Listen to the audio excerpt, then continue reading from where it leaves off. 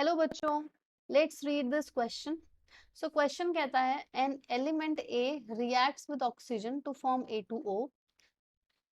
So state the number of electrons in the outermost orbit of A. To which group of periodic table does A belong? State whether A is a metal or a non-metal.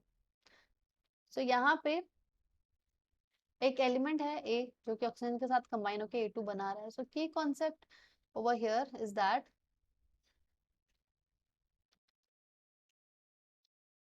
by knowing the formula of a compound,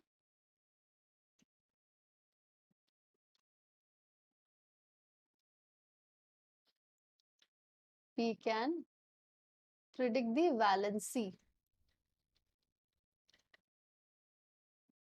of compound. Right. So यहाँ पे A2O है फॉर्मूले का नाम. सो A2O का मतलब ये है कि वी नो दैट ऑक्सीजन की वैलेंसी तो 2 होती है. So if A and O is there, इसकी वैलेंसी 2 है, इसकी वैलेंसी 1 होगी, तभी ये क्रिस क्रॉस करने के बाद A2O बनाएंगे. So therefore valency of A is 1. So state the number of electrons in the outermost orbit of A. तो A की outermost orbit में कितने इलेक्ट्रॉन होने चाहिए? तो यहाँ पे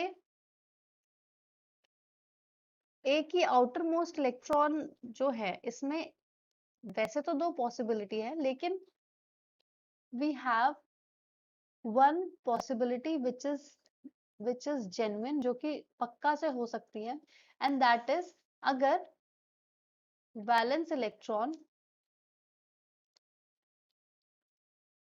A में सिर्फ 1 ही हुआ तो. So this is the case of alkali metal.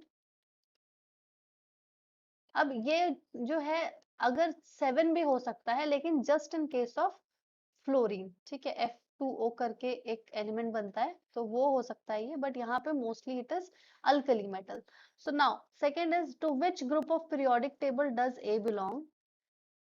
So alkali metal है और उसका वैलेंस इलेक्ट्रॉन भी 1 है, तो ये जो एलिमेंट है A, it belongs to group 1 since उसका वैलेंस इलेक्ट्रॉन 1 है.